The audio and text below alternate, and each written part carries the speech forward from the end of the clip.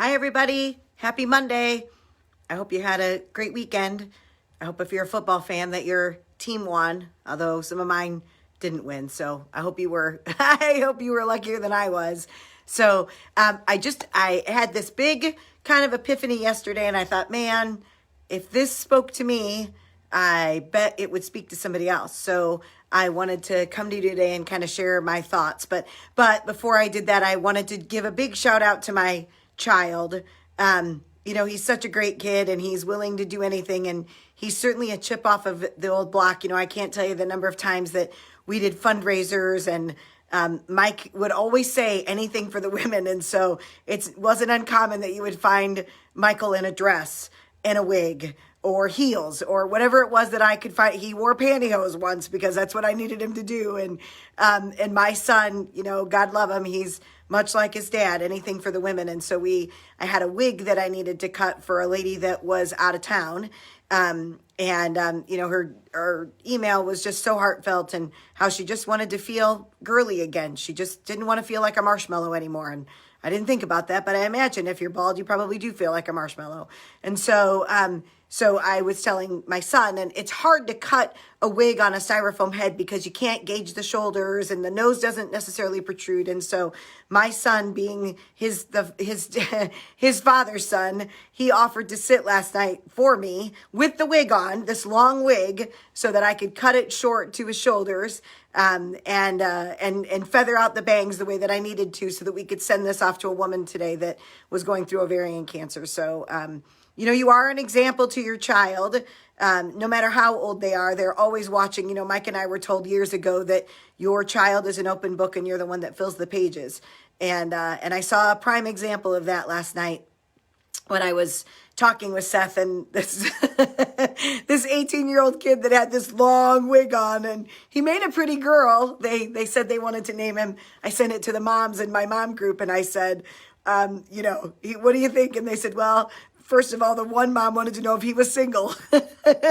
And the other mom said maybe we could call him Sethany, I think she said, instead of Stephanie. Anyway, but so, just all of the things that your kids are watching, right? All of the things. And so obviously Michael he did a great job of just really setting a good example for Seth and, for Seth to carry on that tradition and anything for the women. He would do anything to make sure that the women that we serve with cancer have what they need. So this whole conversation that I want to have with you is a conversation that I had with my son yesterday.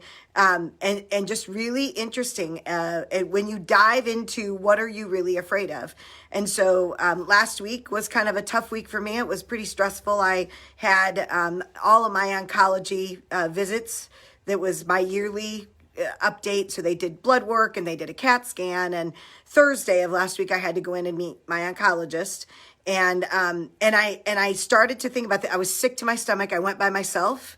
And I literally, I thought I was going to throw up in the parking lot right before my appointment, but I was able to hold it together and not do it. But man, I felt sick to my stomach. And so I got in there and, my oncologist is great. I don't need a second opinion. He does a great job. He walks through things with me. He, takes me step by step, tells me if I have any questions, I can ask him. I always clarify, can I ask him while you're talking or should I wait until you're done talking? And he said, nope, ask him when you're talking. Very nice man. I needed to have some extra blood work done, which is not a big deal. And so it ended, everything is good. My scans are great. My CT scan is all clear. There's nothing new. I get the results of my blood work this week, but I'm not super fearful of that. But when I sat down and I thought about that, and this is what I was talking with Seth about yesterday, I was sitting there and I was thinking about that. I'm like, what was I really afraid of? When I went into that appointment, what was it? What was I fearful of? Was I fearful of the doctor? No, he's a nice guy. I wasn't afraid of being beaten. I wasn't afraid of being, accosted. None of that stuff. Was I afraid of the news he was going to give me? Yes, I was afraid of the news that he was going to give me. But if I went back through, what was I truly afraid of? I was afraid that I didn't do everything that I needed to do to make sure that I could get the news that I wanted, right? So the news that I wanted him to tell me was that my cancer was gone and that my scans were all good and that he already told me, he and I are in this for a long haul. And so I know this is something I'm going to have to do forever. But in order for me to get that fear out of there, if I was doing everything that I needed to do, if I was eating the diet that I was supposed to be eating and exercising the way that I was supposed to be exercising and taking all my vitamins and doing all of the things that I had in my control, would my fear been as high as what it was when I went in there yesterday? Probably not. But, years ago when I was on Weight Watchers, they said if you only kind of do it, then it only kind of works. So if I was only kind of doing all of the things that I was supposed to be doing, then it's only going to kind of work. And if it only kind of works, then it means that there's always that opportunity that he's going to come back to me and say that the cancer has returned, or there's something more that I need to have done. So what is it that you're afraid of? And if you sit down and you really look at what that fear is, where are you at with that? Are you doing everything are you afraid of something because you know that you're not doing everything that you're supposed to be doing? I remember when I was married, and I would say to Mike all the time, I would give him a big hug, and I would always say to him, and I don't know why, but I was always say, don't leave me. Don't leave me. And I don't know whether deep down inside I knew at some point in time I would be a widow and that he would, or was it that I was afraid that at some point in time he'd get tired of my shit and he'd say, I'm out. Because I was very high strung, and I was very motivated and extremely passionate, and things would, it was never, things were never here. They were never okay. It was always that we were moving and grooving and on to the next thing. And, we worked all the time. And so maybe that was my fear, when I kept saying that. Now, of course, he never did. I mean, he left, but he, passed away. But I wonder, I look back on that now. If that was truly, if I would have asked that question, what am I really afraid of? If I was really afraid of him getting tired of the life that we had lived, then I needed to make those changes. I needed to say, okay, look, you know what? We're going to take Sundays off. Or you know what? We're going to plan a vacation which we did. There was one vacation where it had nothing to do with Hello Gorgeous, where I didn't have any speaking engagements. We weren't doing a hair show, but those rarely happened. We always tied our vacations into something else that we were doing with the business. And so I needed to make those changes for myself. I needed to sit back and say, okay, what is it that I'm really fearful of? And then what is it that I need to do to make the change? So if I'm fearful that the next time that I go to the doctor in May, that he's going to give me bad results, that's my fear today, then I need to do everything in my power right now going forward to make sure that I don't have to worry about that news anymore. Because I know that I stayed on all the healthy eating things, and I was having a smoothie every day, and I didn't miss a step on my vitamins, and then I was exercising, and I was keeping all of the things at bay. I was doing all of the things that I knew that I could do to keep myself healthy. Right? So then that fear goes away. So that's a question that I want to ask for you. Is there something that's deeper? How many other women are going through cancer that feel that exact same thing, right? That they know that they should be eating a certain way. They know they should be exercising. They know they should be lowering their stress, that there are things that they could be doing besides just their chemo and radiation that would help them, that when they went back in, they knew that they could get it not good news, but maybe not bad news. Maybe it's just, even if you're just doing what you need to do to stay stable, but it's all the same thing. And if you only kind of do it, then it's only going to kind of work. So whatever it looks like for you, whether it's that relationship that you're fearful of losing, what is it that you need to do to adjust? If you ask that question a little bit further, what are you really afraid of? So when Seth and I were having this conversation yesterday, we were talking about, working out and goals that we were setting for ourselves, and him getting ready to graduate in May. And I got all of these excuses from him. And I finally just said, you know what? I don't want to hear any more of your excuses. I said, I know you work. I know you go to school. You know what? I work. I'm a solo parent. I'm making sure that you knew what you need to do. But you know what? There are things that you can be doing. And no more excuses, because you know what? That was the one thing that totally frustrated me about Mike, is that he was home all day long and he never took the time for him. His focus was always Seth and I. He always put us first, and he never put himself first. And there were times he was his own boss. He could have taken the time to juice. He could have taken the time. And every time I would say, well, why don't you juice? Well, I don't have time. Well, just juice once in the morning and then, all the green juice that you need and put it in the refrigerator and then you can have, well, it loses its enzymes during the day. Yes, I get it. But you know what? Even if you would have juiced and drank the juice that was half of the enzymes in the afternoon, as opposed to, not doing it at all, I think you would have had a better result. But it was always, what could he do for Seth and I? And he never, ever, ever, ever put himself first. And it was always an excuse. And so that goes through my head sometimes too. What was he afraid of? Was he afraid that it wouldn't work? Was he afraid of leaving us? Well, if he was afraid of leaving us, he left us anyway.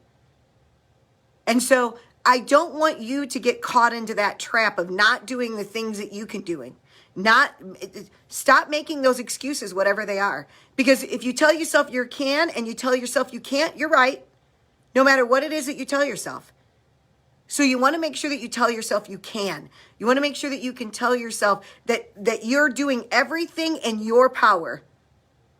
I told this story before, but I'm going to tell it again. And that is about the gentleman that prayed and prayed and prayed and prayed and prayed to win the lottery, right? And he died without winning the lottery. And he went to heaven and he said to God, I cannot believe that I didn't win the lottery. He goes, I prayed and prayed for you to allow me to win the lottery. And God said to him, you know what? You got to meet me halfway. He said, you had to go buy the ticket. And so if you don't buy the ticket, God can't help you win. We have to do, I always say, work like it depends on you. Mark Batterson said this, work like it depends on you and pray like it depends on God. So what is it that you need to be doing? What is it that you need to be working? What is it that you can help yourself so that you're not walking around with this fear inside all the time? If you were doing everything that you needed to do, if I'm doing everything that I need to do, then going into the doctor is a piece of cake. I'm not fearful of walking into the office. I'm not fearful of sitting and have a conversation with him. I'm fearful of the news that he's going to deliver, which is a reflection of the things I didn't do. That's what I'm fearful of. So I want to challenge you to make sure that you get rid of that fear. What is it that you can be doing that you haven't done? We're 11 days into the new year. It's all about new, and it's not big things. It's little things.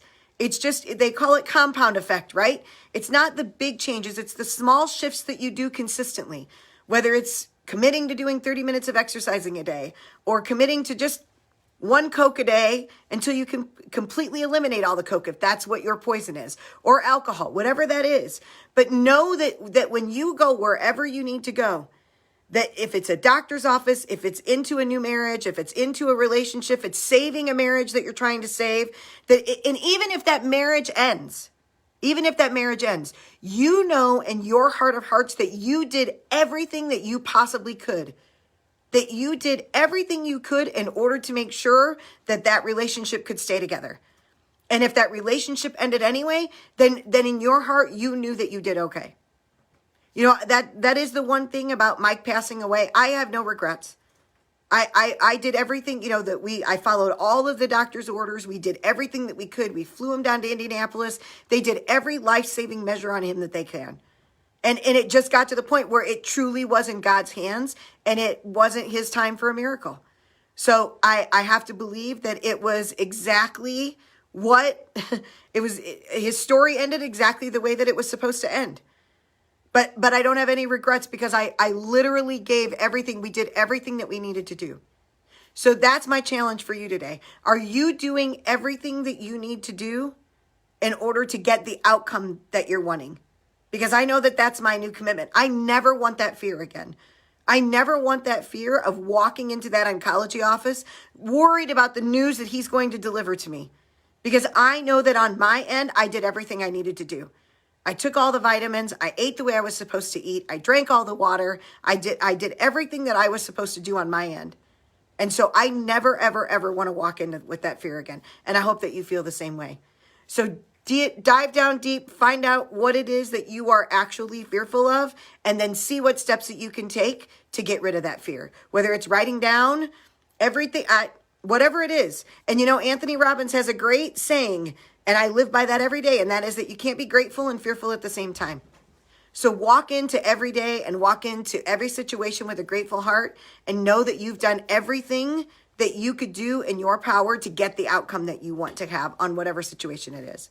So awesome. Thanks, guys. Happy Monday. I'll see you later this week.